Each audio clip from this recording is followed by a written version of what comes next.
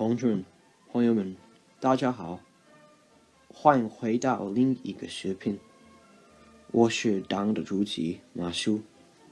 你们中的许多人可能会知道我是天主教徒，但是并不是每个天主教徒都喜欢共产主义。最近一个天主教神父拍了反对共产主义的视频，所以我认为自己是个天主教徒和共产人，我会回答他，希望大家都能喜欢。有人就是毛主席，有人就是毛主席的革命路线。毛主席万岁！毛主席万岁！毛主席万岁！毛主席万岁！毛主席万岁！毛主席万岁！毛主席万岁！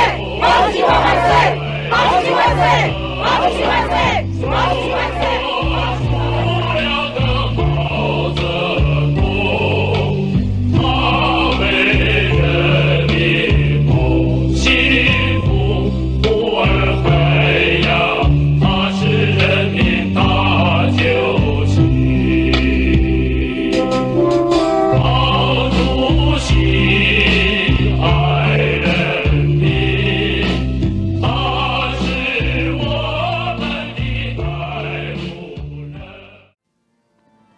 ！Good day, dear friends and comrades. I hope you're all managing well. Now, comrades, as most of you probably know, I'm a Catholic and also a communist, and quite a traditional Catholic at that. Not a rad-trad or sedevacantist or anything like that, but I absolutely must confess that I really love the reverent liturgy, Ad Orientem, Communion on the Tongue, you know, the Tridentine Mass, the Anglican Ordinariate Mass, and the Eastern liturgies too, although I'm not too knowledgeable about them. I'm very passionate about being faithful to the Church's moral teaching also, and don't think that any of this should be compromised or watered down in any way. You know, to some other traditional Catholics watching, this may be surprising to hear coming from a communist, and sadly in many of these traditional communities, attitudes towards the left are very harsh indeed. My aim here, and in fact with the MCP in general, is to convey that there can be a moral communist, and communism needn't be synonymous with degeneracy, contraception, abortion, etc, etc. Recently, a video was uploaded to one of my favourite YouTube channels, Sensus Fidelium, by the name of Communism, a Diabolical Ideology. I will link it in the description. You know, so I thought that I would make a quick response video today. The video is much shorter than Trent Horn's, and maybe I can address a few misconceptions and perhaps show a few traditional Catholics too that there needn't be a great wedge between us, and in fact that our ideas may be more compatible than you have thought. You know, the fact that such a title could even exist shows a large failure actually on our part to counter propaganda, and hopefully today's video will be able to aid in that regard. Now, I'd like to preface my response by saying the original video was made by a priest, and as a Catholic I must afford Father the utmost respect and earnestly listen to what the clergy have to say.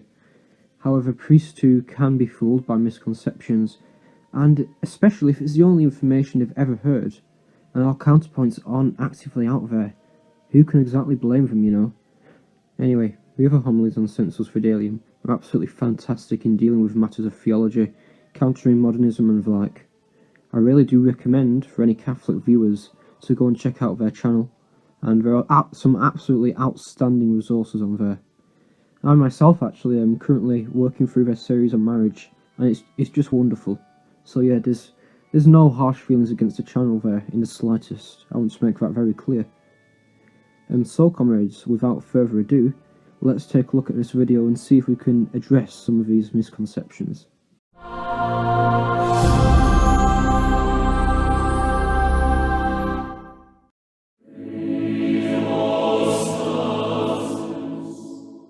The mystics have identified two characteristics of Satan. A desert father living circa AD 300, Abba Apollo, had a vision of him. The devil has no knees. He cannot kneel, he cannot adore, he cannot pray.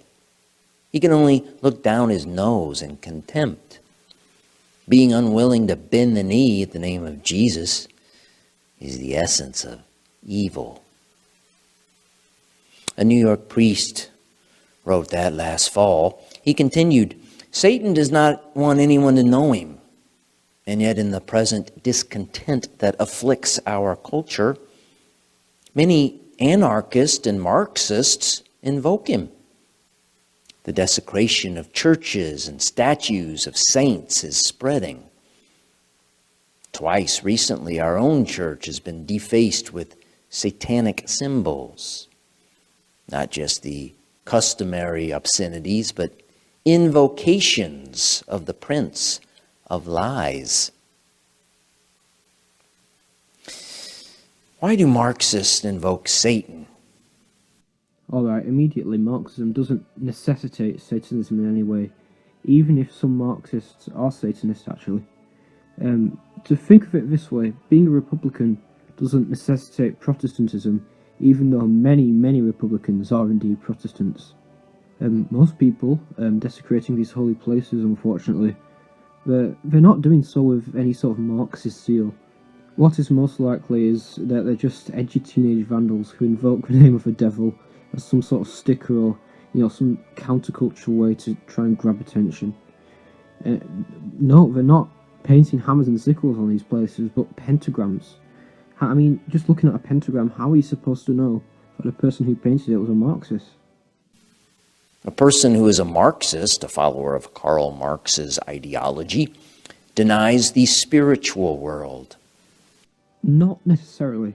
To follow Marxism, you must believe in dialectical materialism, but this does not necessitate a denial of the spiritual world. Materialism isn't a religion, and it's not really even a philosophy. It's an analysis of history by looking at the causes rooted in material conditions, which can help us then to formulate a plan for the future. It's a science like any other, and just as you could not apply biology or physics to theological questions, it doesn't make sense to do the same with dialectical materialism either. What it does is it analyses the material world and its contradictions therein, and then it bases its theories on these. So whether you believe there is more or not doesn't change that fact, it doesn't matter. For example, I believe in physics, I fully believe in physics, but I don't believe that only the physical exists. Physics pertains only to its field of study, the physical, and likewise materialism pertains only to the material world. I believe in dialectical materialism to explain things that it studies, that is, the material causes of things, but do I believe there is more than material? Absolutely I do. And does it mean that the science of materialism is not true for material things though? Not necessarily. And in fact, it never really makes sense to have materialism in a vacuum. I mean, sure, it tells us how to do things, but it gives us no reason why to do so. What in fact motivates communists to accomplish things with the understanding given to us by materialism is something far beyond the material, and that being a moral motive.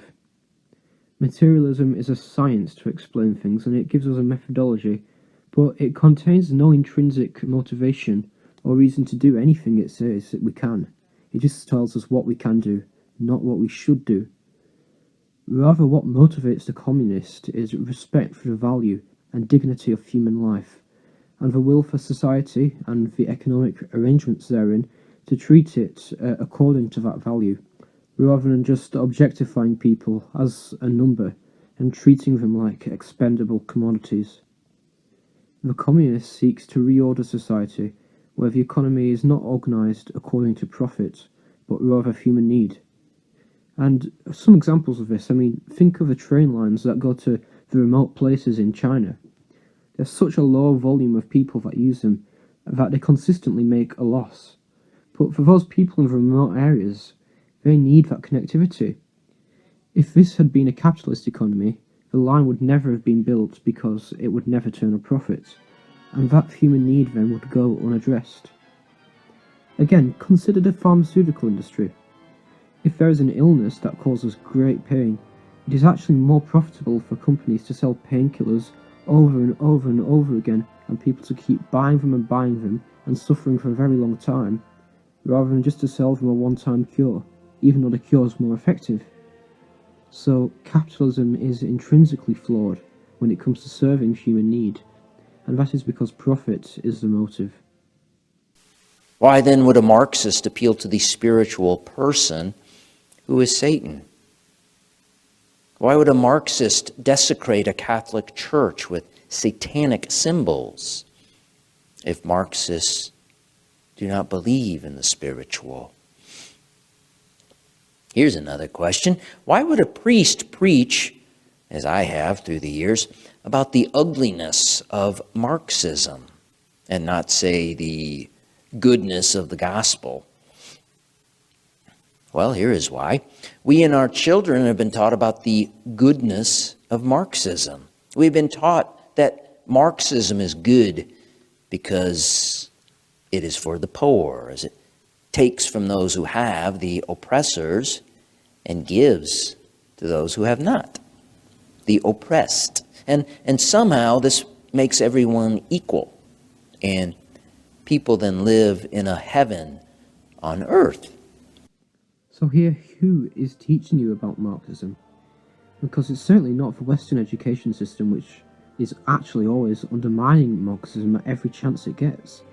I mean, go to a history or economics class in any Western country and see if the Marxist perspective is being forced on the people there.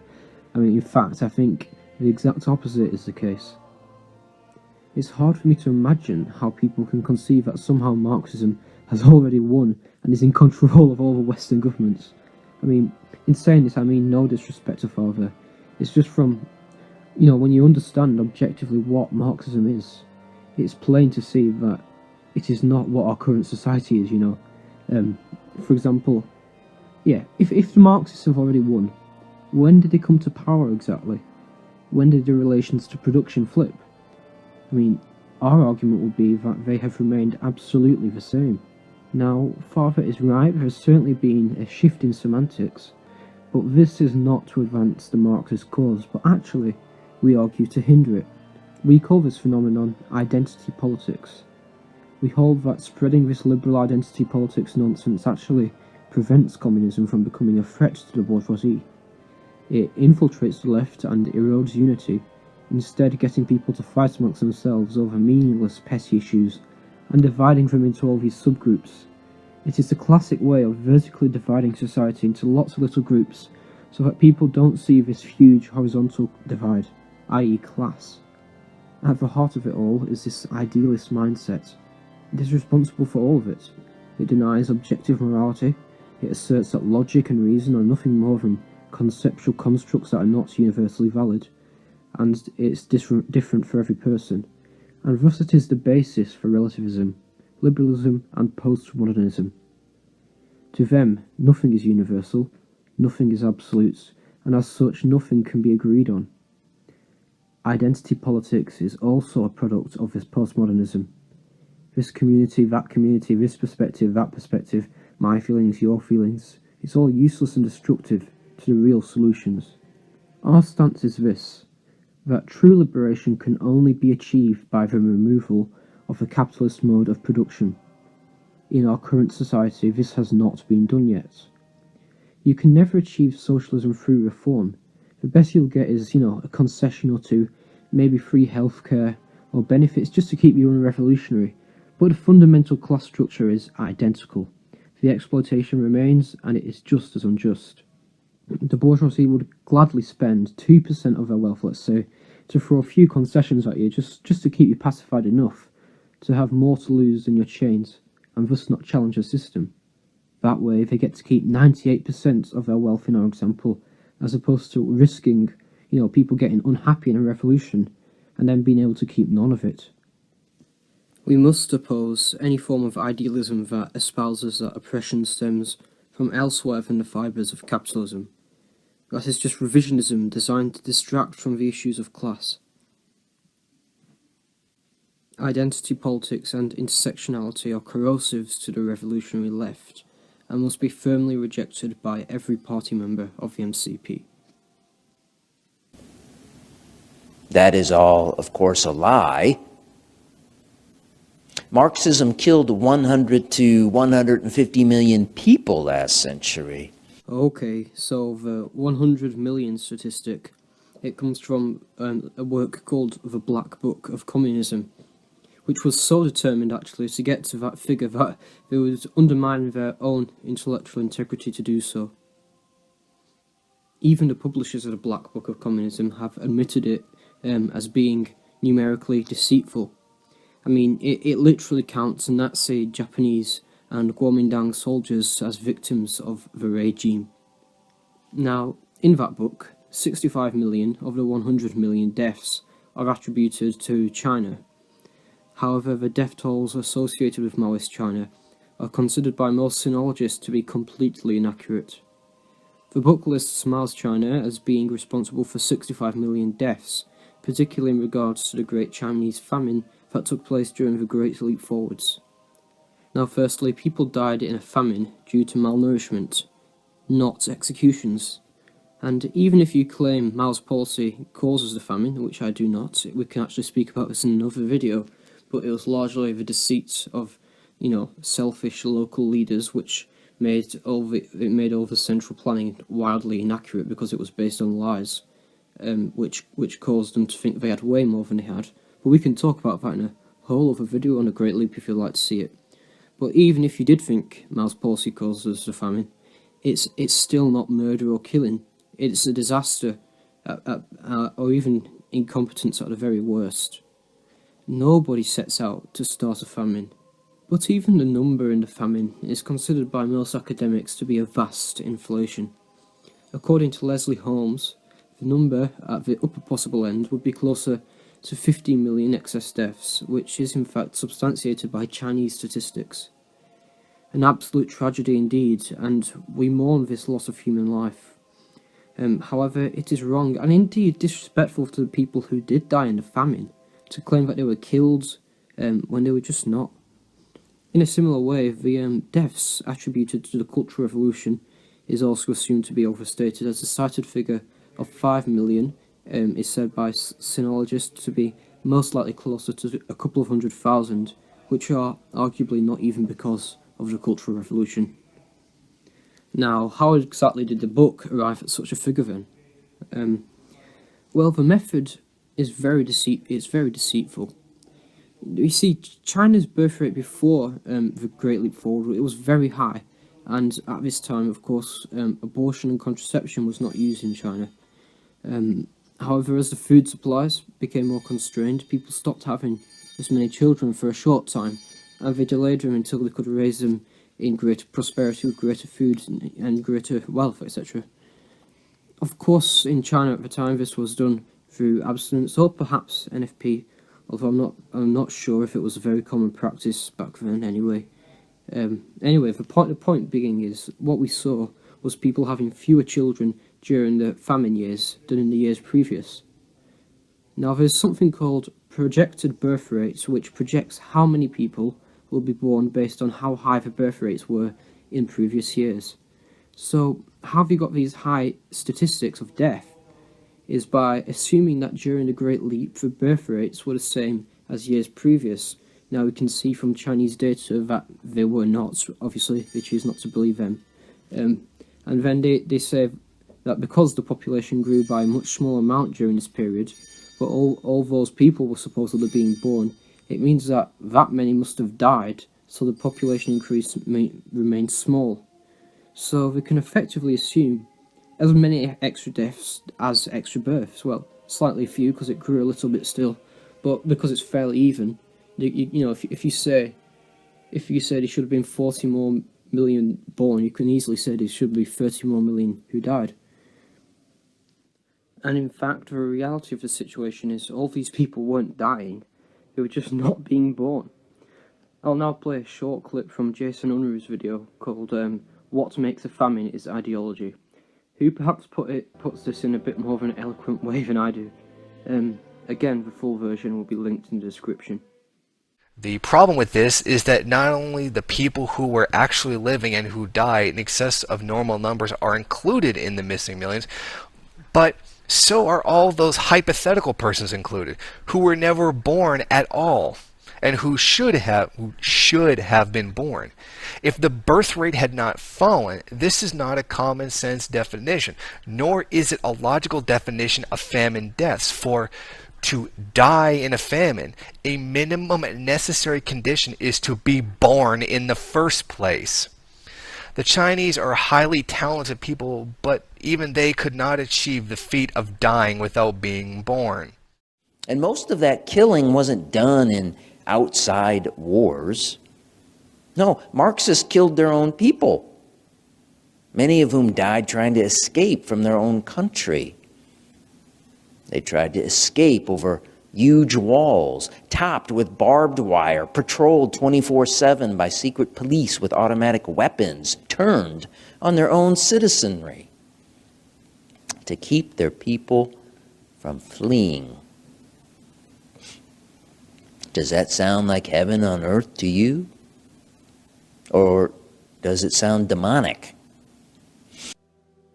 Interestingly, the Berlin Wall was actually introduced, at least primarily, to keep people out, not in.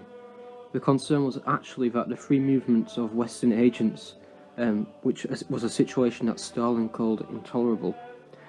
Now, I'm no expert on GDR history, I specialise more in the Chinese side of things, but life there was certainly not hellish. A professor who I have cited numerous times wrote a book last year titled The Devil and Karl Marx. In the preface, titled Dance with Death, a line from a poem by Karl Marx, he states that one needs to think of viruses, bacteria, plagues, disease to approximate the level of man-made Marxist death. Mankind has survived all manner of evil diseases and plagues, said Ronald Reagan. But can it survive communism? Reagan called Marxism vicious and a disease, adding that communism is neither an economic or a political system. It is a form of insanity. Alright, Reagan can say what he wishes, you know. As for Marx's poems, obviously they're not his theoretical works.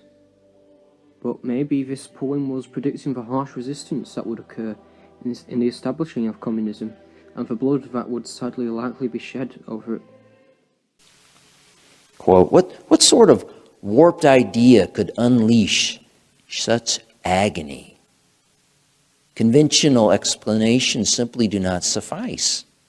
The fullest answer resides in the realm of the spirit, a spiritual explanation. The dogged, hell-bent pursuit by many of such a perverse ideology, immediately evident as idiotic and unworkable, from a cursory skim of Marx's 1848 Communist Manifesto, is an utter mystery, not explainable by mere rational understanding. Are we not going to explain why it's unworkable? Oh, alright then.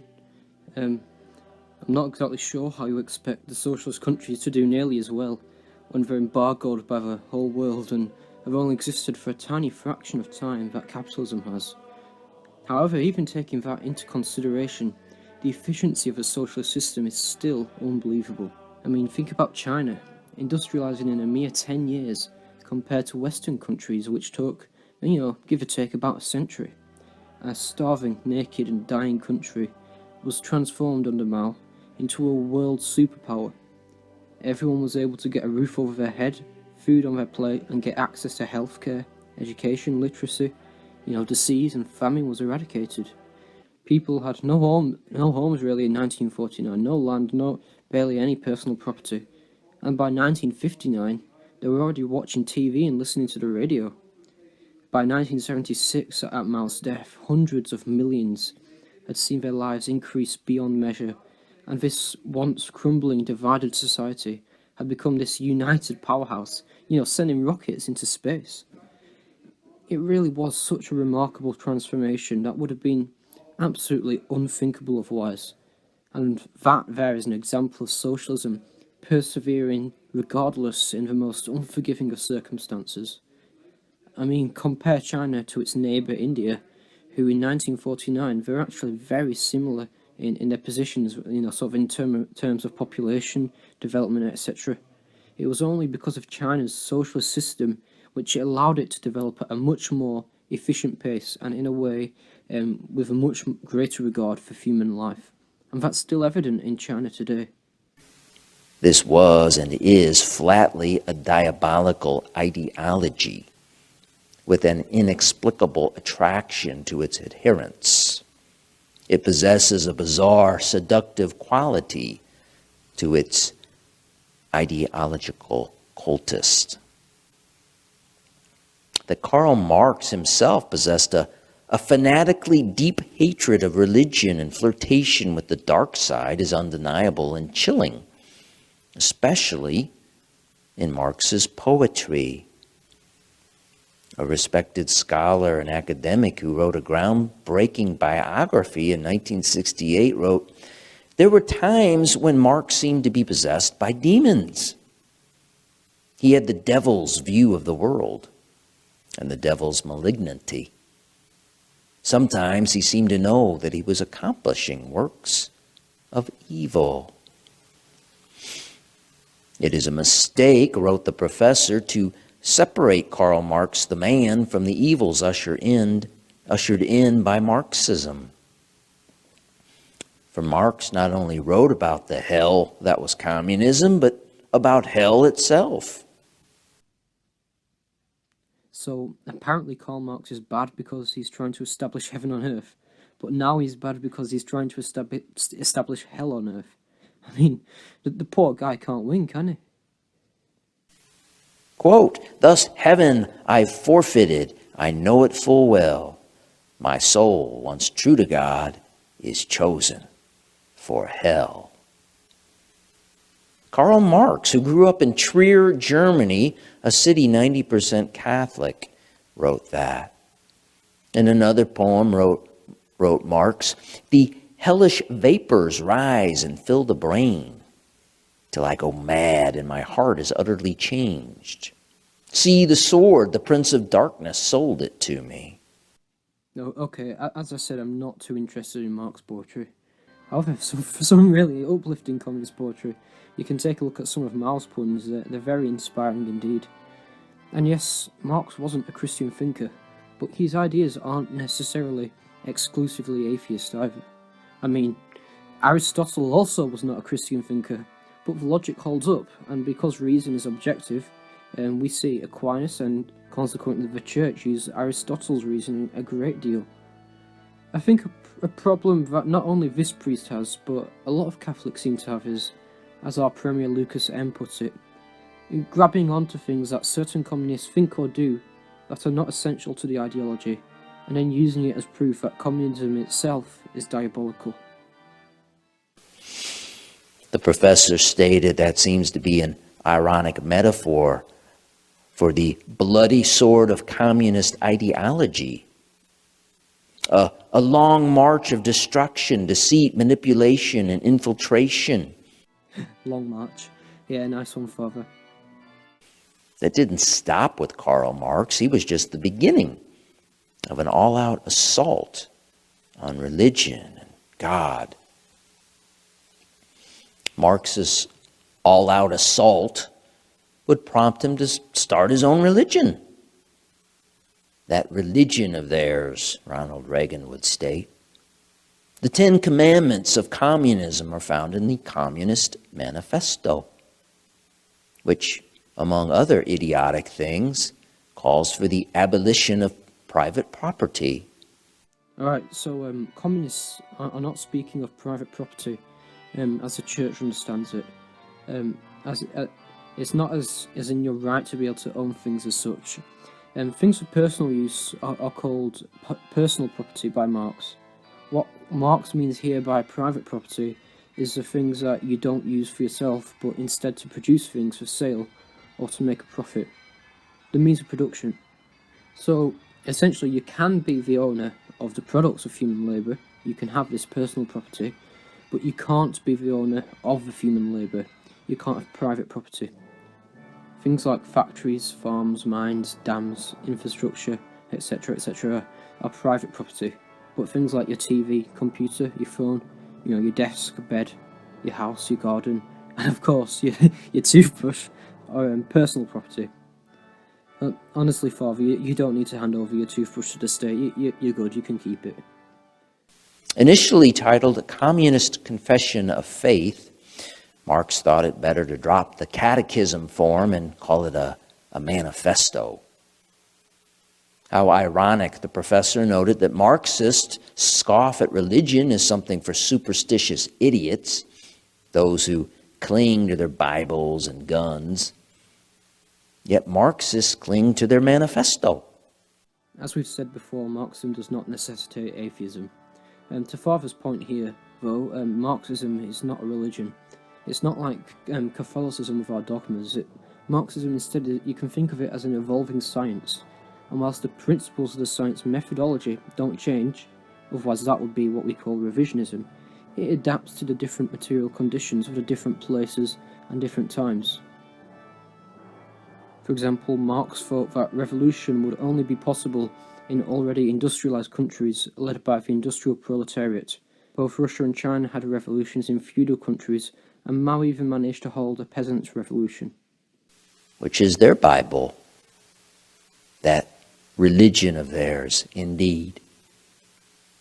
And how would their religion spread? How would it be globalized? Well, by friendly dialogue and by sending out disciples 2 by 2? No, it would spread by infiltration, terror, and blood. Well, it is not the ideology of Marxism that wishes to shed blood, but to change the pace of society in most countries, it would require a whole overhaul of the mode of production and the government. And whilst these can sometimes happen peacefully, it never happens through reform of the system. You can't go through the system that's designed to keep their mode of production in place to change it. The bourgeoisie, they're not stupid, and they could never allow communists to win an election in the conventional manner.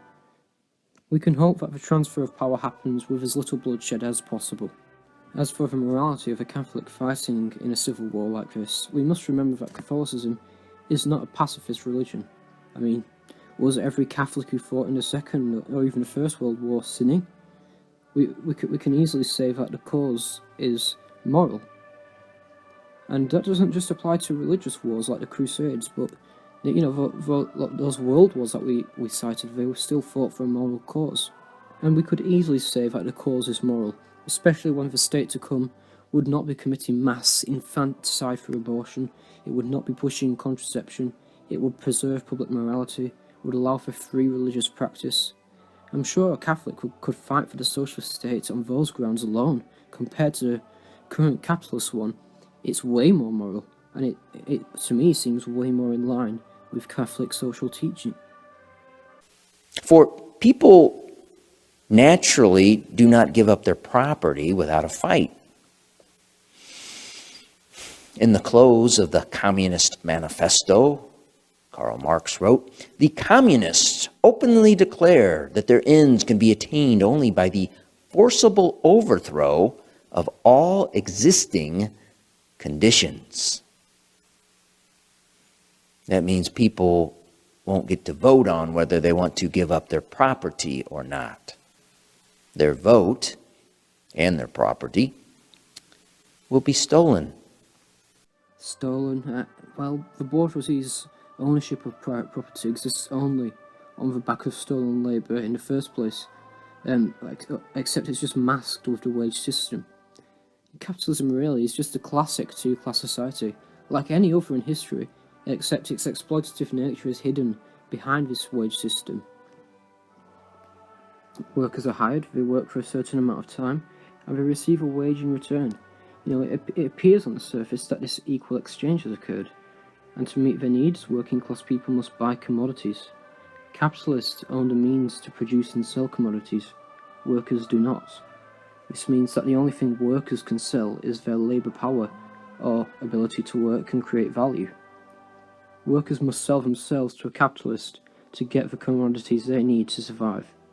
Wages are not equal to the amount of value a worker produces. A worker toiling for 8 hours may produce a value equal to his wage in 3 hours, and we call that the necessary labour. If a worker was independent, this would be all he needed to work to maintain his standard of living. Then the following 5 hours worth of work is for the profit of the capitalist, surplus value. If wages were fair, the worker should be able to go home after 3 hours. But because the capitalist owns the worker's labour power as a commodity, he has full control of the production. This is how, over the past half century or so, the wealth that workers create has increased a lot, but the wages have not reflected this. So where then is this wealth going? Well, if the wages did not rise when wealth was produced, it means the workers are receiving a decreased portion of the wealth they create, even though the amount of money is the same, and larger cuts of that wealth they're making goes to the super-rich capitalists, who appear to keep wages the same, but actually are not compensating the workers for the increased production. Therefore, in capitalist society, exploitation creates all the profits belonging to the capitalist class. It's not stealing because that's stolen.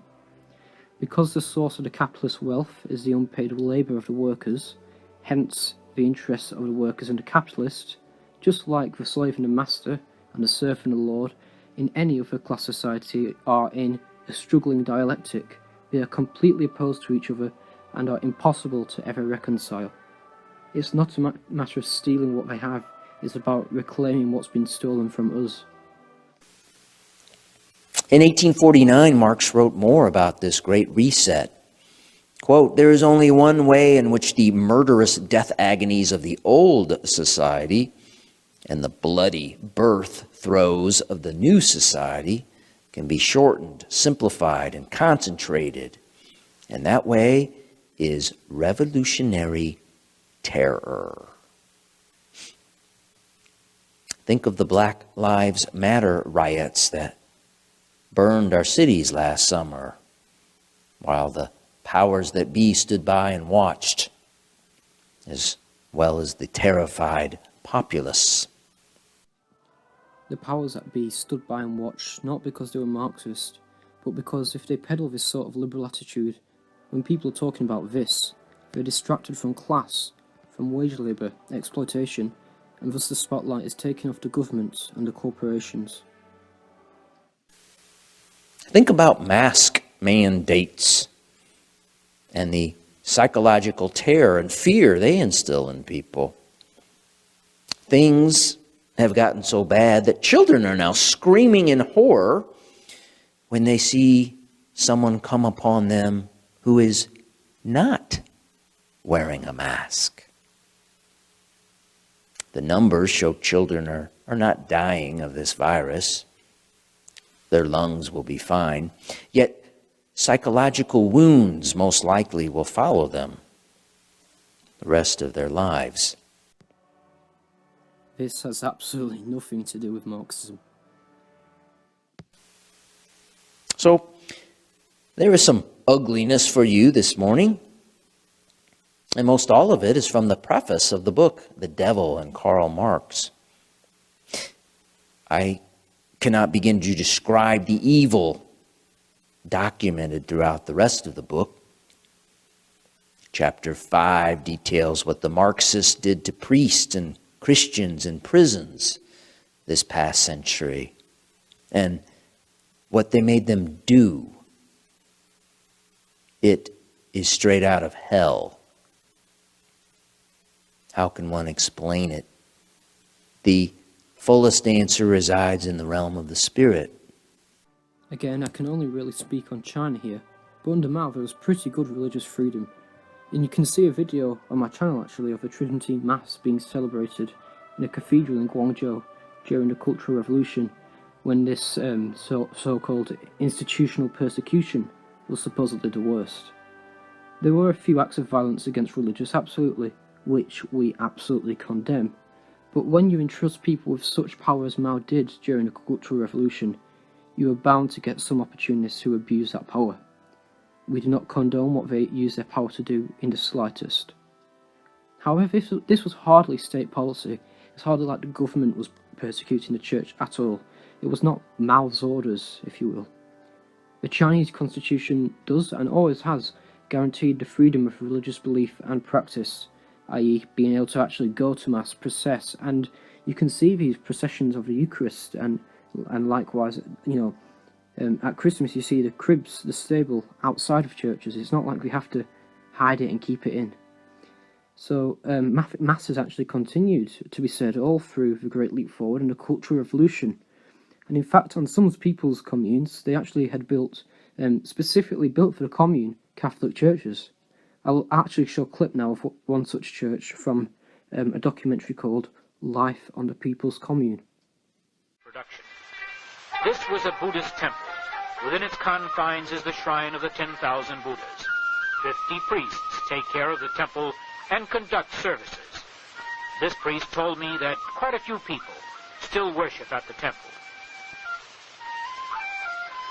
I arrived at the Catholic Church just as Mass ended.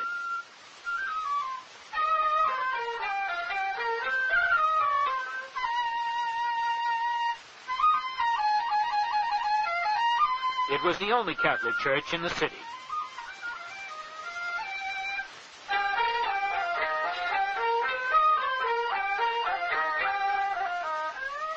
The priest told me that there were 200 or 300 people in the parish.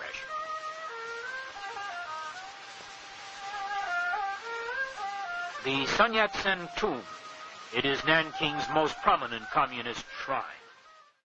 A spiritual explanation. Marxists don't believe in the spiritual, but it appears they make an exception for Satan. Let's then understand Marxism's demonic underpinnings. 1. Satan wanted to live by bread alone. So did Karl Marx. Both of them wanted a world run by cold, hard economic materialism. It's entirely possible, as shown previously, to acknowledge materialism and still believe in more. 2. Satan promised Christ he could rule the earth if Christ would bow down and worship Satan. Karl Marx envisioned a one-world government, a forced brotherhood of man without the fatherhood of God. Now that is an interesting point, because if we compare it to capitalism, there is currently no brotherhood and no fraternity. Socialist states have placed great value on the family, in supporting families and then modelling the nation after one great family with all the people as brothers. Not only does the society support the family in every way, but now the family is the model for society. And with that brotherhood of man already provided by the economic system, the communities are already strong and established, and it's much more likely to incline men to see God as a father then, if they can see themselves as brothers first. And they also recognise each other as God's children then too. You can think of it this way: half of the model is already set up. But in capitalism, there's actually no fraternity or community. People are completely isolated and alienated from one another. I mean, many people don't even know their neighbours or many in the community who's up the street. Everyone lives in isolation from each other. Socialism is not perfect, it's not a theocracy by any means, but it's one step closer to that model. And of course there's great secular benefit to that too. The unifier for his religion would be terror, censorship, constant surveillance, concentration camps, and mass murder. 3. Satan promised Christ if he would jump off the cliff in a suicide attempt, that angels would catch him. Karl Marx's poems featured suicide pacts. Karl Marx's 2 daughters committed suicide in suicide pacts with their husbands. Today, suicide is reaching epidemic proportions, and our government and euthanasia specialists are urging it on, waiting to assist those poor souls jumping off cliffs. We absolutely oppose euthanasia. I think Father actually has a lot more in common with us here than he might realise. But it's capitalism that has eroded morality. Everything about capitalism is morally destitute, since it's driven entirely by greed. has taken that greedy and objectifying mindset and applied it to sexuality too, birthing the contraceptive culture, which has led to a culture of abortion and death. The relativist postmodernism and liberalism it pushes mean that people think that there's no objective and they can define morality for themselves. This is creation of capitalism, that greedy mindset, as it breeds relativism. We hate all the things as much as the priest in this video, but we don't think that these contradictions can ever be fully resolved until capitalism itself, and then the contradiction of class, is fully resolved. Until then, we are fighting a constant uphill battle. The overthrow of capitalism is the first step in ending the contraceptive mentality, the culture of death, and to be able to restore morality to society again. This dance with death possesses a bizarre seductive quality to ideological cultists. It is an utter mystery not explainable by mere rational understanding. This was and is flatly a diabolical ideology with an inexplicable attraction to its adherents. My friends, the devil has no knees, but we do. He cannot kneel, he cannot adore, he cannot pray, but we can, and we do. In this present discontent that afflicts our culture, we invoke Christ. We invoke the one who drives back the insanity because he is the truth, he is the reality. We know there is only one way in which the murderous death agonies of the old society can be defeated. That is what happens at the holy sacrifice of Mass. Christ danced with death. At Mass, Calvary is made present in the unbloody birth of a new society, a new kingdom on earth. This is the goodness of the gospel. And that is why it is called Good Friday. The kingdom of God is at hand. It is here on earth. We get a taste of it at the altar rail. So repent and believe in the gospel. Believe in the goodness that confounds the ugliness and dispels the darkness.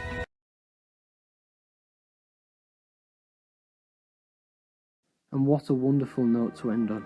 And I completely agree with you here, Father.